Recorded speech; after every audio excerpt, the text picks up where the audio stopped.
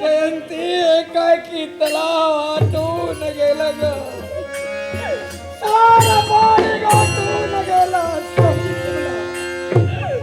अशीच किरण दूर काय होणार पाहिलंच का? समोरून पक्ष्यांचा थवा निघालाय. त्या पक्ष्यांचे पंख सुवर्णाचे आहे. हे असंख्य चढणारे वायुगतीनं पक्षी जर आपल्याला मिळाले तर त्यांच्या पंखानं आपल्या जवळ सुवर्णाचा संचय होईल, धनाचा संचय होईल. त्यांच्या मांसाला आपला ऊर भरणार आहे. पण आपल्या क्षुदेत शांत होईल. पाहायला याच्यासाठी कसे पकडणार आपण ते पक्षी? वायुगतीनं जाणारे पक्षी आपल्याला कसे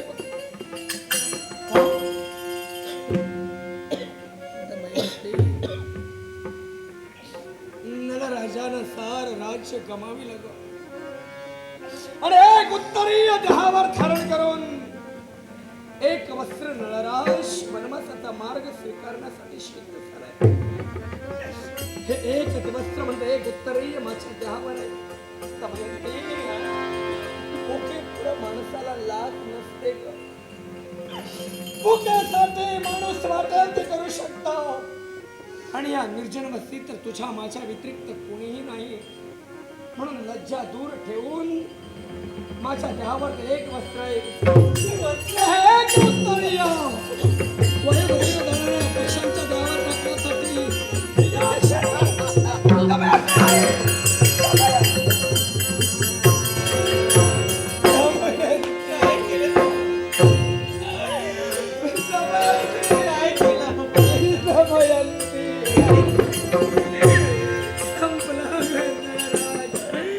आपल्या अंगावर एकच वस्त्र त्या पक्षाला पकडण्यासाठी तुम्ही फेकण्याचं कर्तव्य केलं, पण ते सुद्धा वस्त्र घेऊन ते पक्षी गेले.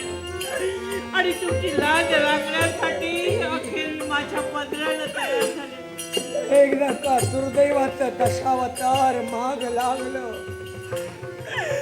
की माणसाला किती विषण्ण करून सोडतं.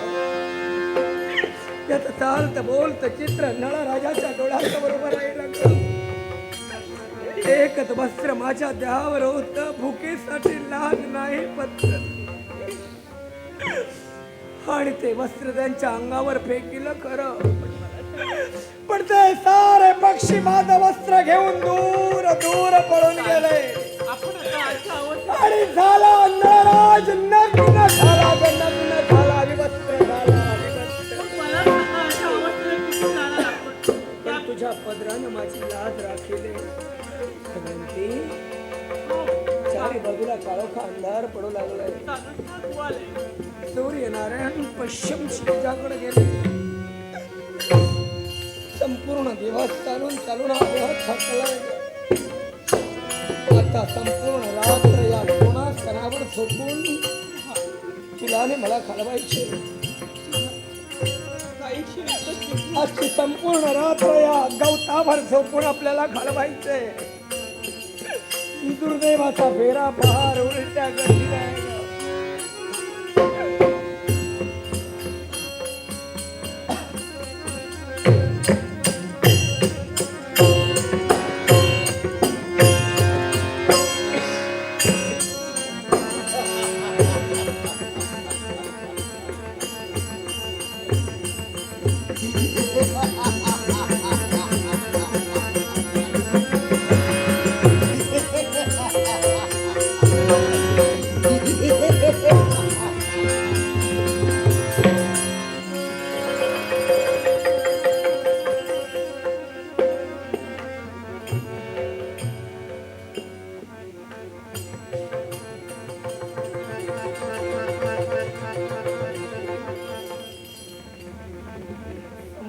दिवस पुन्हा पुन्हा कानातून फिरून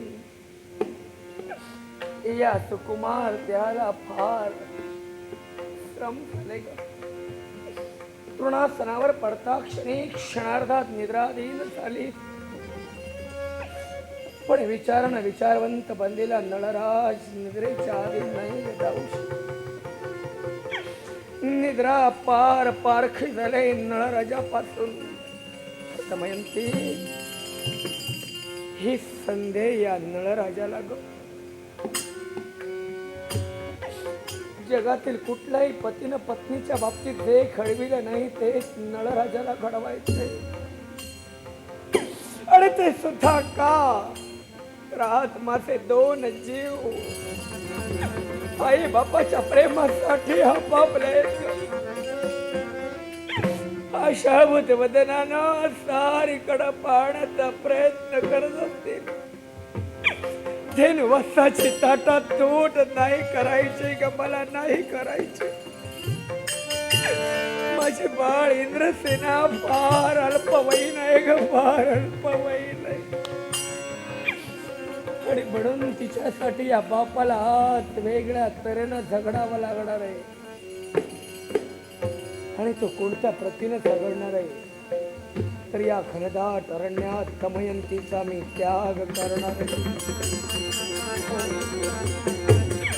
कारण स्वतःचा पती या अरण्यात आपल्याला टाकून कुठंतरी दूर गेलाय. शोधूनही आपला पती आपल्याला मिळत नाही. ज्यावेळी तुझ्या ध्यानी येईल तक्षणी या घनदाट अरण्याचा त्याग करून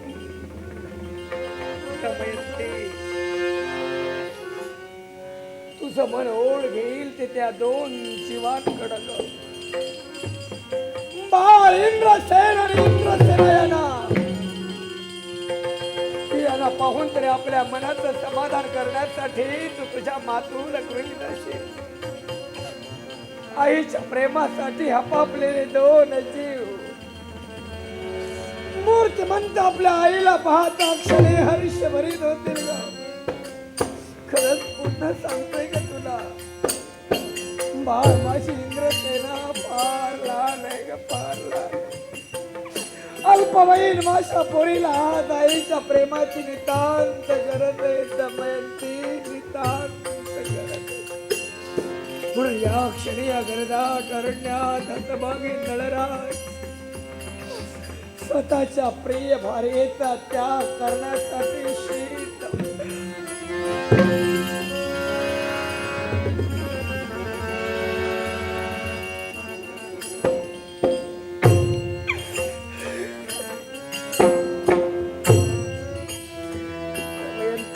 तुझ्या पदरानं तू माझी लाद राखिले ते क्षणभर विसरलो ग. आणि तुझा त्याग करून इथून दूर वर जावा हा मनोदय मी माझ्या मनाशी धरला.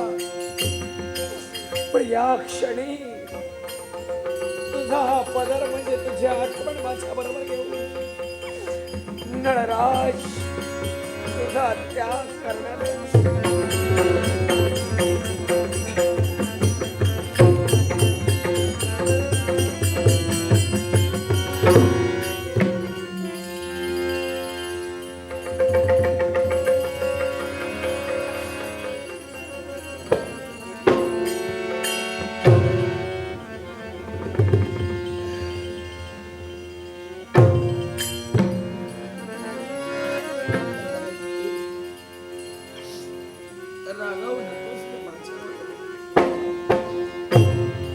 हातभागी नळराजाला हे साथ घडवावं लागते याची कल्पना काही काळानंतर तुला येईल.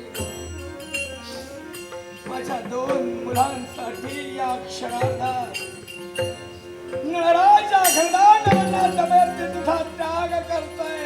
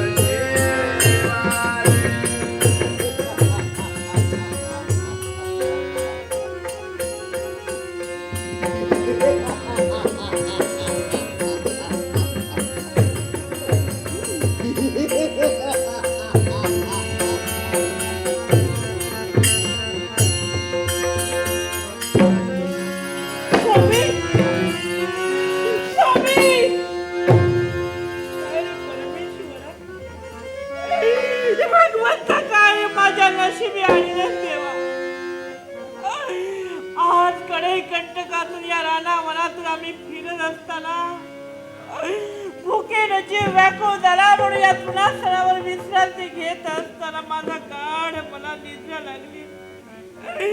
मला निद्रा लागतात. अखेर माझ्या या निद्रा अवस्थेत माझ्या नवऱ्याला ज्यांच्या लज्जा रक्षणाकरता मी पदर टाकलं होतं, ज्या पदरानं मी लाज राखण्याचं कर्तव्य केलं, तोच पदर फाड फाडीला आणि माझ्या नवऱ्यानं माझा त्याग केला. तेव्हा आता मी कुणाजवळ पाहू? या जगाला माझे कोण आहे? त्या 2 मुलाला मी जन्म दिला. तिने 2 मुलं जरी माझ्याजवळ माझ्या बरोबर असती तर त्यांच्याजवळ पाहून तरी समाधान केलं असतं. पण तेव्हा या निर्भीड अशा अरण्यात मी एकटी राहून काय करणार? नाही, मी माझ्या मनाचा निर्धार बदललाय. या अरण्यात जर मी अशी राहिली असेल तर माझ्या सौंदर्याचा चोळामोळा करण्यासाठी कुणीतरी तयार होईल. मग या जीवेही अशा अवस्थेत एकच करावं. ज्या माझ्या 2 मुलांना मी जन्म देण्याचं कर्तव्य केलंय, ती माझी मुलं मी आदोळी पाठविण्याचं कर्तव्य केलंय. मग निदान मी माझ्या बापाजवळ गेली असेल तर निदान माझ्या मुलांना तरी आईचा आधार मिळेल. कारण मुलांना खरं काय कोणतं सुख हवं असेल तर आईचं प्रेम. मग माझ्या प्रेमापोटी माझी मुलं तळमळत असतील म्हणून माझ्या मुलांना तरी पाहून आयुष्यात एक दिवस कंटाळा. म्हणून याच्यामुळे या अरण्याचा त्याग करून या एका व्यापाराच्या तांडवातून आपण पुनश्च आपल्या माहेरी माझ्या मुलाला पाहू आणि आपल्या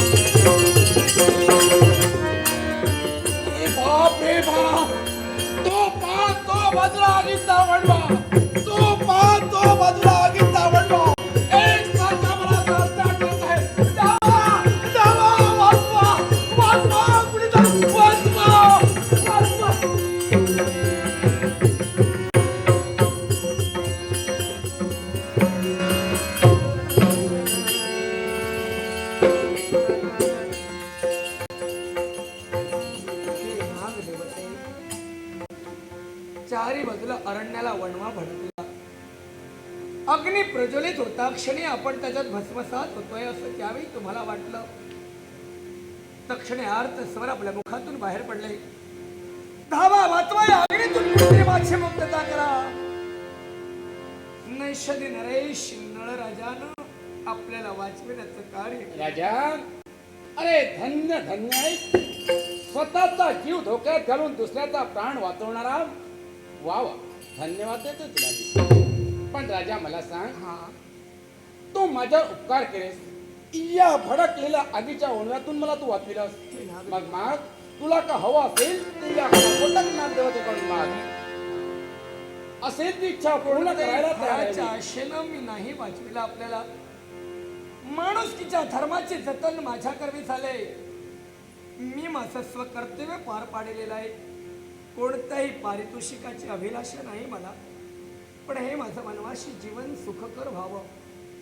येणारी सारी संकट या नाग देवतेच्या कृपेने दुराभास व्हावी एवढीच आर्धवाची विनम्र विनंती आपल्या चरणी माझी आहे. माझा आशीर्वाद.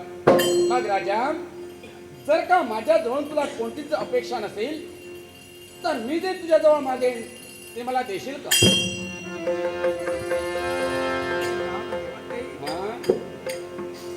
जोवर माझ्याकडे होतं तोवर मी दिलं हो सर्वांना. कुणालाही विनमुख पाठविलेलं नाही. पण आज संपलोय मी. खऱ्या अर्थानं मी एक भिकारी झालोय. या वनवासी जीवनात नका लादवू मला. काही नाही राजा. तुम्हाला देण्यासाठी अरे काय. या ठिकाणी तुझ्याजवळ काही नाही म्हणून तू एक सरकारची दुःखी झाला. पण ऐक राजा, तुझ्याजवळ या क्षणी जे असेल तेच मी मागणार, अन्य काही दुसरं मागणार नाही. हे नागदेवते, हा? माझ्याजवळ असेल ते मागत असाल तर खुशाल मागा. काय करायला हवंय मी? मग ऐक राजा, माझी एवढीच इच्छा की माझ्या समोर तू फक्त 10 पावलं चालायचं. 10 पावलं होय. इच्छा त्वरेनं पूर्ण केली जाईल. नागदेवते, नळ राजाने आपल्यासमोर 10 पावलं चालावी अशी आपली इच्छा. होय. मग या क्षणी आपली इच्छा मी पूर्ण करतोय.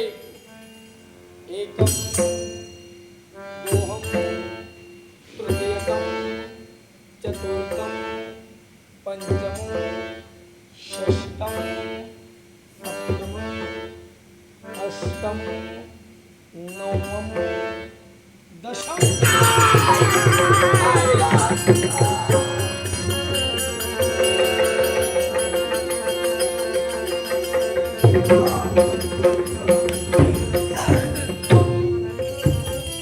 हे नागदेवते, कोणत्या जन्मीचं वैर मनुष्य साधण्याचं कार्य आपण केलं. काय राजाचा कडकडून दावा घेतला. 10 पावलं चालस म्हणता क्षणी मी चाललो. दशम म्हणता क्षणी आपण मला दंश केला. होय.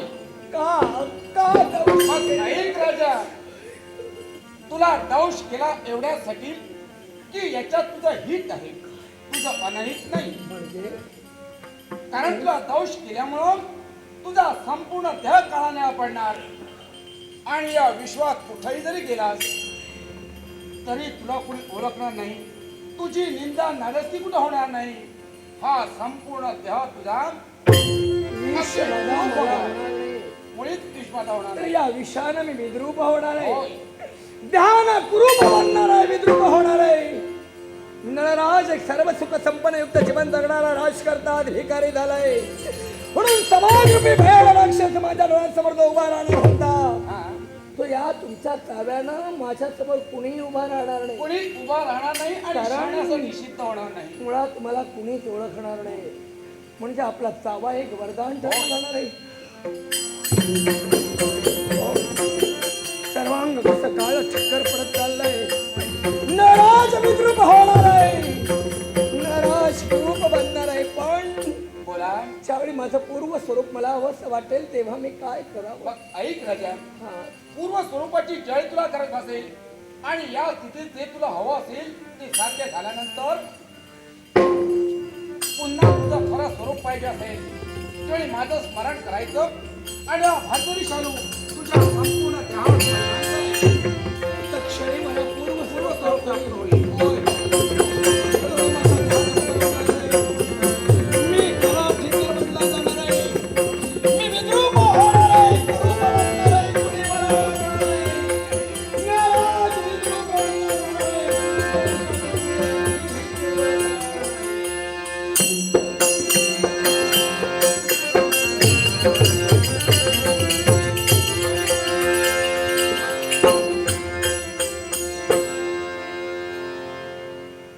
प्रभू रामचंद्राच्या पदस्पर्शाने पावन झालेल्या पुण्यभूमीत या अयोध्या नगरीत राजा ऋतुपर्णाचा जन्म झाला. ज्या प्रभू रामचंद्रानं रामराज्याची स्थापना या भूमीवर केली आणि जो एक पत्नी एक वचनी एक बने अशा व्रतात ज्यानं सांगता केली, तो माझा आदर्श, त्या रामाचा आदर्श माझ्या नजरेसमोर ठेवला आणि माझ्या राज्यात कुणी अतिथी दरिद्री असू नये अशी माझी इच्छा असल्या कारणानं माझ्या साऱ्या सेवकांना माझी आज्ञा असते. तुझं दरिद्र असेल तर तत्काळ आमच्या दरबारी प्रवेश करावा आणि आपलं दारिद्र्य दूर करून घ्यावं. तर ते आज कोण दरिद्र असेल तर तात्काळ त्याला दरबारी पाचारण करावं.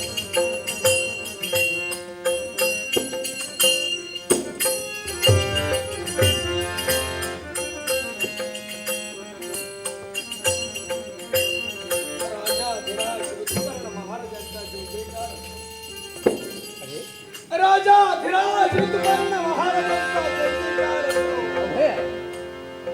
राजाधिराज ऋतुपर्ण महाराजांचा वा, वा. जयजयकार असो. काय रे, काय नाव तुझं, कुठून आलास तू? राधे, मी एक अनाथ आहे हो. निराधार आहे. या जगात मला कुणाचाही आधार नाही. अरे नाव माझं बाहू कसं आहे. बाहू कुणाचा तरी आधार मिळेल या दृष्टीनं सर्वत्र फिरण्याचा प्रयत्न केला, पण गरीबाचा त्राता कोणी नाही हो. तेव्हा आपल्याकडे मला आधार मिळावा, अवश्य मिळेल. मी राजाश्रीत बनावं ही इच्छा आहे माझी. हे पाहू का, इथं तुला अवश्य राजाश्रय मिळेल. होय, अन्न वस्त्र निवारा अशा सर्व सुद्धा तुला उपलब्ध करून दिल्या पण जातील. राजे, कोणाचं भुकाचं अन्न नाही खायचंय मला. मग याच्यासाठी आपल्याकडे मला काहीतरी नोकरी मिळावी हीच अपेक्षा आहे माझी. नोकरीच्या इच्छेनं आलायस तू. हा, मग नोकरीच्या इच्छेनं जो आला असेल त्याच्यामध्ये कोणतरी कला अवगत असावी लागते. होय आहे. कोणती बरं? मी अश्वविद्येत पारंगत आहे. अरे वा, अश्वाची देखभाल चांगल्या रीतीने करतो. कोणता अश्व कोणत्या प्रतीचा आहे हे एक योग्यरित्या जाणण्याचं कार्य माझ्याकडे होतं. मग ठीक आहे. कला पण कौशल्य आहे काय रे भाऊ का, मग तुला वेतन वगैरे काही नव्हते. फक्त 2 वेळचं पोटभर अन्न मिळावं हीच अपेक्षा आहे. पण त्यामागे माझी अट मात्र आहे. अट? कुणाच्या गृही शिजलेलं अन्न मी कधीही भक्षण करत नाही. मग? स्वतः ते स्वतःच्या हाताने शिजवावं आणि नंतर भक्षण करावं हे एक व्रत ही आहे. तुझी इच्छा आहे. अवश्य तुझी अट पूर्ण केली जाईल. जा, माझं सेवकन आमच्या अतिशास्त्र आहे ती सारी व्यवस्था तुझी केली जाईल.